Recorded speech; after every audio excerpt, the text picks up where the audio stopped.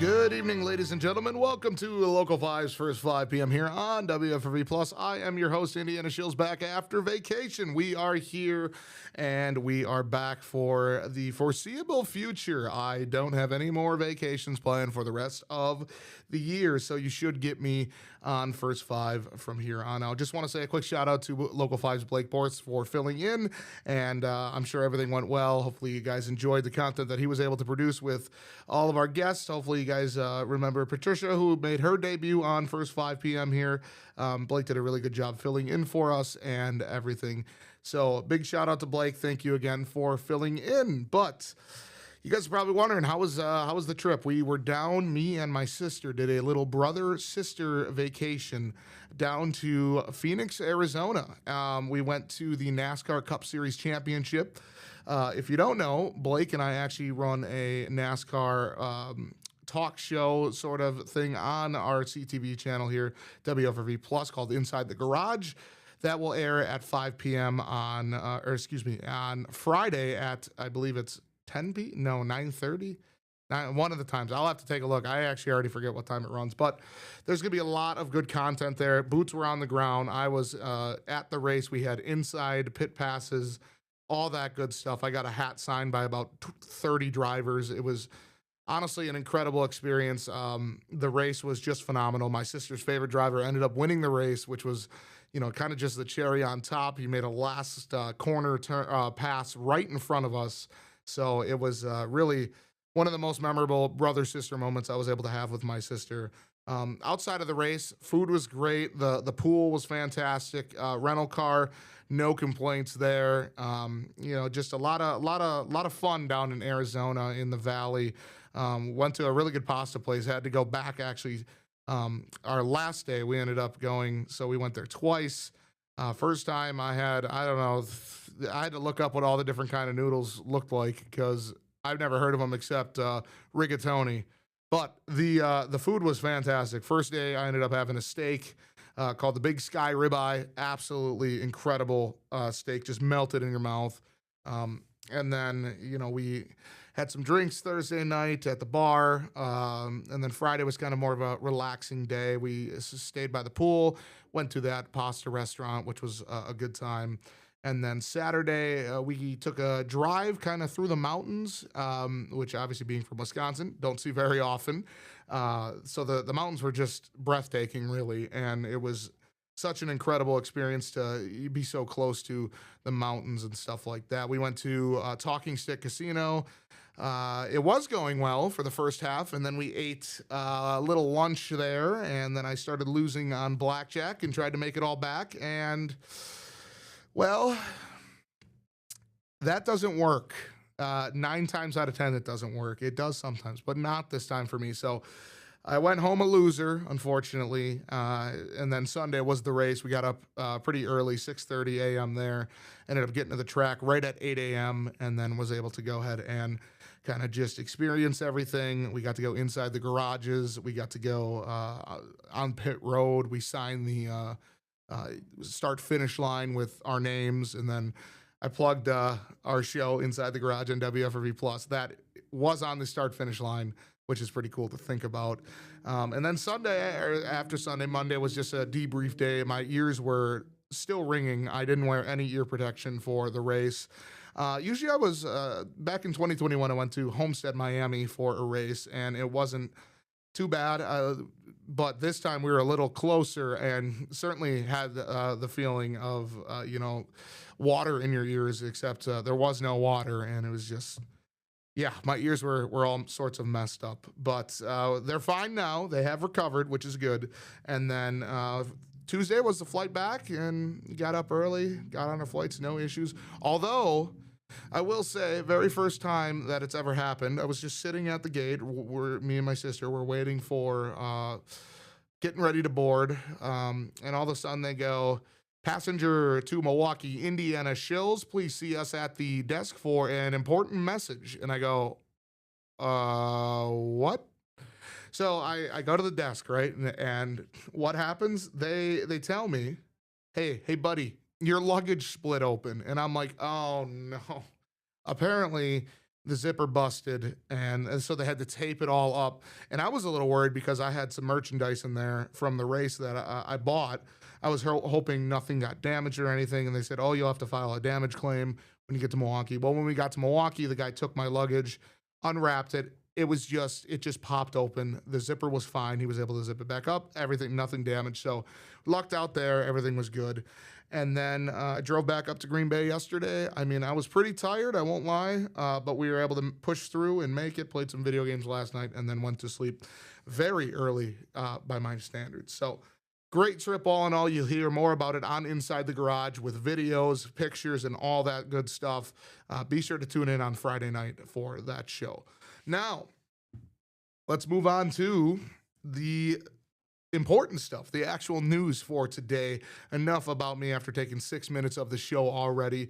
The 42 million Americans who rely on food assistance to afford groceries are getting a better idea of how big or how small their benefits will be in November when they are eventually issued. The Trump administration announced Monday that the Supplemental Nutrition Assistance Program, or SNAP, would be partially funded in November following two judges' orders to use emergency funds to keep aid flowing. Once payments are issued, the U.S. Department of Agriculture, which oversees SNAP, is warning people to expect about 50% of their usual monthly benefits. The emergency fund the government is tapping into isn't big enough to cover 100% of the benefits. Local 5's Paul Stino is out and about in the community today, getting a local look on how people are receiving their benefits and what they can expect. Let's go ahead and play his live shot that ran in our 5 p.m. newscast just a couple minutes ago. Oh, look at that. It doesn't even have sound. Hold on. Let's bring it back. And now we go. Sorry. Amid the government shutdown, Green Bay leaders held a news conference at City Hall today to make people aware of resources available for people struggling with food insecurity in these uncertain times. Local 5's Paul Stino live with us now in Green Bay with more. Paul? Yeah, Tom, and one of those community resources that they were definitely trying to focus on and highlight at the news conference is Paul's Pantry right here on Leo Frigo Way here in Green Bay. The Assistant Executive Director, Bob Hardachek, was actually one of the speakers at the news conference this afternoon, saying that it's too early in the month to tell if there's been a surge in clients due to food share benefits stalling for thousands of Wisconsinites, but that their pantry is busy right now, as it always is, saying they expect the need will grow even greater as they get closer to the holidays. He did say that he's confident they're prepared for a potential surge in clients. Hornacek and other speakers at the news conference highlighting the need for both monetary and food donations and volunteers at local pantries, reminding folks of the 211 hotline they can dial on their phone and talk to a specialist who can connect them with food, housing, and mental health assistance. Officials stressing that there's no shame in asking for help or coming to a food pantry, and that they are seeing several first-time clients come to their pantries right now.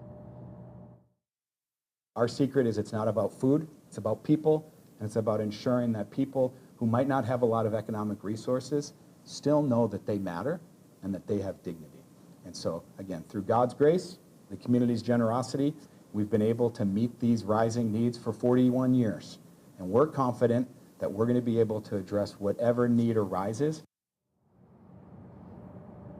And Tom, if you want to donate to a food pantry but don't know what you should donate, Hornacek offered this piece of advice. He said, think about the type of food that you like to eat and get that food, because he said people that use the community food pantries, they're just like everybody else. They like the same foods as everybody else in the community.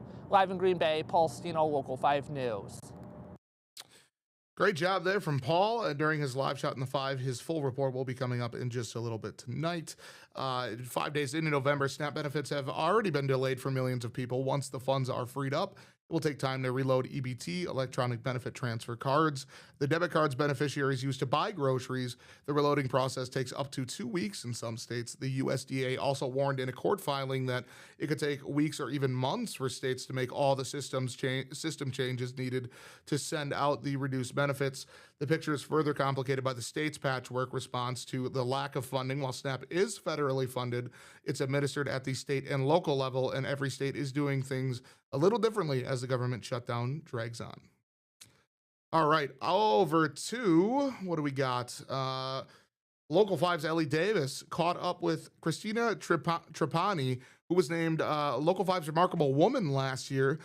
She's already known as a philanthropist in her community. Since the recognition, the Door County Candle Company, which she owns, has continued to shine a light through cause-driven candles. For example, there was the one to support Ukraine, which is the biggest one that the company has been able to issue. And just recently, with Jamaica and Hurricane Melissa, they started a candle for that. Well, let's go ahead and take a look at what Local 5's Ellie Davis was able to put together. Last year's Remarkable Woman, Christina Trapani, turned her small business into a symbol of hope, raising more than $1 million for relief efforts around the world. Our Ellie Davis caught up with her a year later. When Christina Trapani was named Local 5's Remarkable Woman, she was already known as a philanthropist in her community. And that was such an incredible surprise, and it meant so much to be recognized along so many other remarkable women, and it was such an awesome, incredible experience. Since that recognition, Door County Candle Company has continued to shine its light bright through cause-driven candles. We kind of launched what we call a Support a Cause line, where we have candles that we respond to natural disasters. So wildfires, hurricanes, earthquakes. Her impact grew after creating a candle to support Ukraine, a project that is rooted in her family heritage. We launched that candle and it took off in a way I never thought it would. My goal was to raise $5,000 for nonprofits helping with boots on the ground work in Ukraine. And fast forward to today, we've donated over $1 million. Each candle in her Support a Cause line tells a story, which goes beyond just a flame. It's that our candles are more than candles. They're beacons of hope and light, and that to us is just really, really special. She learned change can start small with one simple idea. It's really a reminder for people, including myself, to remember that one person can do a lot of great things, and when people come together, you can do so many positive things. As Local 5's Remarkable Woman last year, Trapani is proof that even the simplest spark can continue to light up the world when it's needed most. In Door County, Ellie Davis, Local 5 News. Submissions for next year's Remarkable Women are open now. If there's someone in your life you'd like to submit, you can scan the flow code on your screen or go to wearegreenbay.com. All right, folks, we're going to head to our first commercial break. When we come back, hopefully Local 5's Luke Sampe will be here. If not, we'll continue on with more stories in our community. But until then, we'll be back in just 1 minute, guys.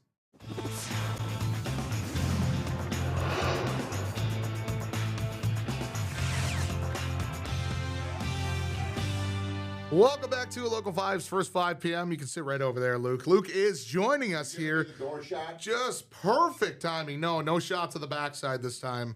My sister actually watched that show, and she was cracking up when we were talking about that. Yeah, it's such a beautiful way to exit. I mean, I hate to see you go. I know. But it's... Well, our management's like, Luke, you have to make an appearance. You have to. Well, the fans love you here, man. So I'm doing my duties. Your due diligence. However, I have to leave because I got to get on the air. Guess what? At 6 o'clock. Unreal. I'm on the air till 5:30. We record teases. I use the whatever. And then you're stuck with me. Get a drink of water. Maybe, use the facilities. But you like to talk to me at least. I know that, but I'm just saying, it's a busy half hour. At least and it's then a plus, I gotta leave before the segment ends, and then usually you see a nice shot of my rear end as I'm walking out of here, which we need to stop that. What's wrong with the rump? We can't have those shots. This is a PG show. Well, I'll make sure today we go back just to my beautiful face. Yeah, we got to coordinate the exit. Take me off camera, and then I'll... And then you make your way out of there. Nobody wants to see a third of their screen of my... Luke Keister. I haven't been here in a couple days. I'll tell you what, the weather's a lot nicer out west. Yeah, you were in Phoenix? 87, Fantastic. sunny. I mean, just beautiful weather out there. Yeah. The trip, like I said, I talked about it a little bit before you came in. Just an incredible experience. First time in Arizona, too. So it was really nice. There's one thing I'm thankful about, and I hate to bring it up. I'm thankful I didn't catch any of the Packer game. Oh. Because what happened? I don't know. I didn't even Thanks find for out. bringing that up. I was just getting over it. I didn't even hear about I flushed it at Tucker about Kraft tore his ACL. I didn't hear about that till Monday. I flushed it at about 11 o'clock last night. Now I'm right back into it. well, Thanks. you're with me. I don't know. You know what happened? Well, what continues to happen The play calling was weak. is Matt LaFleur's got a case of the yips. Yeah. He just has no idea of how he wants to call the game. It's weird, and isn't what it? happens is when he goes into that mode, then he's reactionary and not attacking anything. Yeah. Brandon McManus is banged up. He should not be kicking. Why? What's wrong with I should preface Haversick? this. These are just my thoughts. I don't really care what anybody else has to say. I'm just saying these are my thoughts. I don't have any, credibility on anything other than being a fan. Okay. We have a kicker who made the franchise record long kick. Right. He's been healthy scratch. Why isn't he in the mix? This is the frustrating part of being a fan of this team is that they stick to their guns so much, no matter if it's blaring them in the face. Mm-hmm. Nope. Brandon McManus, we're going to trot him out there, even though we know he's battling through something. Matt's own words. He's got something. He's, trying to get through something. He's costing us points. We're losing games in 1 and 2 possession. I got a buddy that says field goals don't win you games until they do. Yeah, well, clearly, because our offense has not been explosive. It was the week prior, right? But it's just it's a week to week thing. It's very stagnant. I heard. Now, like I said, maybe I'm talking wrong, but it seemed like I heard LaFleur kind of made it seem like it was a lot of run, screen pass. Well, that's the other thing. If I see one, and these are empty promises, by the way, because I'll still tune in. Because, oh yeah. We're Packer fans. 45 years of this, but it's like you take 3rd and 7, 8, whatever it is, and you want to do a bubble screen, and all of a sudden you take 3rd and 8, instantly goes to 3rd and 11. Now you got to try to figure that out and hope your guy isn't downfield too soon and all this other stuff that happens. It's right. You put themselves in bad situations. Stop it with the lateral passing. I saw some stat on X the other day where Jordan is number 1 or 2 in passes behind the line of scrimmage. Behind the line of scrimmage. It's ridiculous. They don't let him throw. This isn't and again, I'm just a dumb meteorologist, right? I get paid to be wrong according to the masses. I'm telling you, Matt, stop doing that. I know. Let him throw. Let him because guess what? The defense knows you're going to do it. Right. That's why you get snuffed out and smoked out of that so often. Yeah, and it's just you see the Packers. And I'm not in any way saying that I want to be the Bears, but look at the creativity that Ben Johnson brings in. Right. He'll bring a receiver in motion, maybe take a direct snap, pitch it back to the QB, and then hit a guy for 16, 17 yards down the field. There's none of that right now. No, it's just very boring football. And it's almost like we forgot we have Josh Jacobs. I think a lot of this might play into the fact that our offensive line is not where it needs to be. No, they're really banged up right now. So, and now we play the Eagles. Hopefully, the offensive line needs to step it up or they need to fix it or something. And the Eagles just added somebody pretty big from the Dolphins. Now we lose Tucker Kraft, which is essentially another offensive lineman because he blocks so well. Another set of hands. We're in trouble, folks. Yeah. We're not panicking, but we're tending toward trouble the back half of this season if they don't get their stuff squared away. And it starts with Matt LaFleur and Rich Bisaccia and all these guys. It's the same story every week, Again, some weeks it works, some weeks it doesn't. I've been a part of some big-time forecast busts. I get it. You think you got it figured out and you don't. I get that part. I'm not faulting them for that. It's just week after week after week of this same type of pattern. Right. You got to start looking inward or talk to somebody else. Bring some other coach in that's maybe not employed and have them look at what you're doing. I don't know. Somebody that he can trust. Because clearly Matt turns his nose up, obviously, and he should, to the fodder of the public. Mm-hmm. Get that. Yeah. But he needs to consult somebody who's going to shoot him straight and get out of the echo chamber of his office because what's going on it ain't going to work. Right. All right, I won't keep you too much longer. Real quick, just want to ask, how did fantasy football go in the News League this week? Good question. I won. Okay. I did not win. I lost by 2 points, unfortunately, to Travis. Let's see if I can quickly pull up what happened. I totally forgot. Yeah. I was playing some guy that I nicknamed Post Maloney. I know that. It was Josh Maloney. Yeah. But yeah, it's lonely at the top. The air gets thin up here. Yeah. I'm currently 8-1 in number one positioning and standings. Looks like I'm going up against Greg Bintz this week. Greg just made a trade today for Baker Mayfield. Yeah, I got a better than a 68% chance to win. Does he have his lineup set yet? Probably not. Who knows? He's got probably. Does he have anyone on bye? No, nobody's on bye.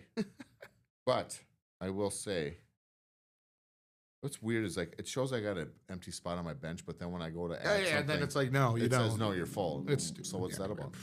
Anyway, yeah, I mean, I'm just trying to stack, like Mike McCarthy would say. Yeah. Just stack successes. Stack success. Stack success week after week. Go 1-0. Yep, every week go And- 1-0. That's all you can ask for. So yeah, I mean, we're Well, you We're and I hanging are in. coming. You and I are coming up here soon. there's That'll be a big first 5 p.m. week for well, us, we'll have to just kind of see how that plays out. for sure. All right, Luke. Well, I'll let you get going. Thank you again Hey, for by the way, pop stopping up by. that 7-8. Oh yeah, here. Let's maybe talk a little bit about Yeah. forecast because Yeah, we do have so- some stuff this weekend. So it's going to get nasty cold. 49 tomorrow, more clouds. It'll be a little breezy, but not like today. So less wind. 55 on Friday. The winds kick back up. And then this area of low pressure tracks to our south brings in actually early season accumulating snow to our south and west, like from the plains down through Iowa. Not a huge deal, but it will be some snow down there. And then what we get is the wraparound strong wind. So we go down 39, 36, Jeez. 37, such that we're likely to have some flurries flying through the air on Sunday, and then maybe even a mix on Saturday. If you're going to be going to the game at Lambeau, that is a gold package game. So don't sell your tickets. So get a hold of. There's actually a guy on Twitter who says, "Hey, I'll take them. I'll take them. Make sure they get to Packer fans because Nothing's who's worse. coming up from Cudahy on Monday? Who? Good old Cudahy, man. Who's coming up? Who's coming up from South Milwaukee on Monday? Not many. So make sure you sell them to Packer who's fans. coming Listen up- to Luke. He who's- got right up there in the camera. Who's coming up from Brookfield on Monday to watch that game Only some diehards, I'll tell you when that it's much. 32 and blowing? Yeah. All right, Luke, we'll let you get going. We're going to head to our final commercial break. When we come back, we'll finish up the show. All right, guys, be right back.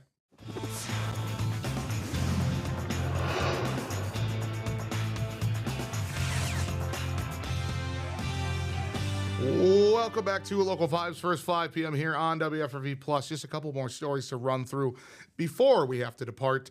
So we have the community members are invited to help raise money for people with disabilities in and around Appleton on November 7th. That is 2 days away here on Friday through Beaming's Holidays for Horses event. The event is set to kick off around 5:30 with doors opening at 5 p.m. and will be co-emceed by Local 5's very own Stacey Angerbretson, along with Jim and Heidi Miller from Believe in Auctions. The fundraiser is designed to raise money for Beaming, which aids people with disabilities by connecting them with horses through various support programs. Beaming serves individuals from all ages Beaming serves individuals from ages 4 and up who face physical, cognitive, and emotional disabilities, along with people who have dealt with various types of trauma. Let's go ahead and show a little clip of that. All right, thank you very much, Ryan. Time now for a story that is positively Fox Valley. A Neenah area nonprofit is getting ready to welcome you to its Holiday for the Horses event. Beaming Inc. provides equine support programs for those with mental and physical differing abilities, like children living with cerebral palsy, adults with dementia, and veterans with PTSD. Leaders say riding the horses at Beaming provides mobility, cognitive abilities, and emotional well-being, and it's all offered at little to no cost. We had a little girl with our Partners in Riding program. She never really spoke at school. She came out here, and every time she got on the horse, she would sing ABCs or Old MacDonald Had a Farm, and she would always sing. If you'd like to support Beaming's mission, their Holiday for the Horses fundraising event is this Friday, November 7th from 5 to 10:30 p.m. at the 513 in downtown Appleton. There will be food, music, live and silent auctions, and fun giveaways. And Local 5 anchor Stacey Angerbretson is honored to serve as co-MC. You can visit our website, wearegreenbay.com, for more information. Like it said, or like Caitlin said there, we have a full article on our website at wearegreenbay.com. You can click for more information. It's got a link to the event where you can sign up and be a participant in the fun event on Friday. So we are 5 days away, guys, 5 days away from the 50th anniversary of the sinking of the Edmund Fitzgerald. Two men who were on the tug Ludington 50 years ago are detailing the moment they learned of the Fitzgerald sinking. They were on Lake Superior at the same time. Let's go ahead and play a little clip of two of the men from Manitowoc that recall their experience. It doesn't have sound. Hold on. We're on the tug. We'll restart it. All right, here we go. Well, today, Local 5 got a chance to talk with two men who were on the tug Ludington when the Edmund Fitzgerald sank. Pat Kelleher and Dan Shalu said they got a message from the Coast Guard that a boat went down, but they weren't sure until later that it was, in fact, the Fitzgerald. They wanted to dock in Sturgeon Bay, but the conditions were so bad that if they had turned right, they would have rolled that tugboat. So instead, they went all the way to Frankfort, Michigan.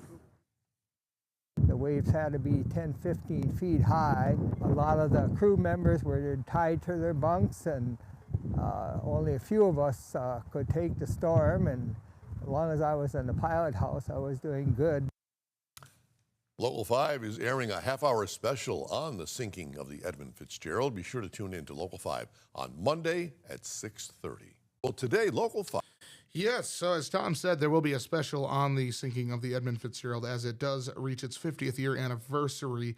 I always think about the song by the late Gordon Lightfoot, The Wreck of the Edmund Fitzgerald. One of my buddies actually showed me this song in college, and I've kind of just fallen in love with it. Really, really good storytelling by Lightfoot in that song and everything that has to do with that. There is also a new 2-hour documentary that just recently came out. Some really interesting stuff on the Edmund Fitzgerald. A lot of my friends knew me as a big fan of that song, so kind of a cool moment to see us honoring still all the 29 men that lost their lives that day, and just see kind of exactly how it sank.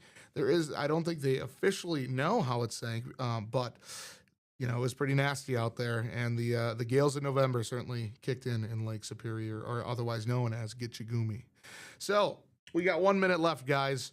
What do we want to talk about here? Is there any other good stories? We'll go ahead and we do have one good story about the WIAA and the Resch Event Center. The Resch Center, actually, they have renewed a partnership to keep the girls state basketball and state volleyball at the Resch Center.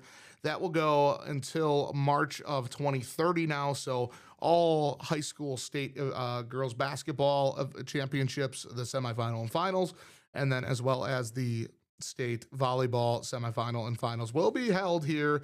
Well, I think it's technically Ashwaubenon, but the greater Green Bay area. So we will have that. The previous agreement was back in 2018 and ran all the way and through now. And now it will go till 2030. All right, guys, that's all I got time for, unfortunately. We will be back tomorrow with more fun, exciting episodes of First 5 p.m. Until then, we'll catch you guys tomorrow. Enjoy the rest of your Wednesday.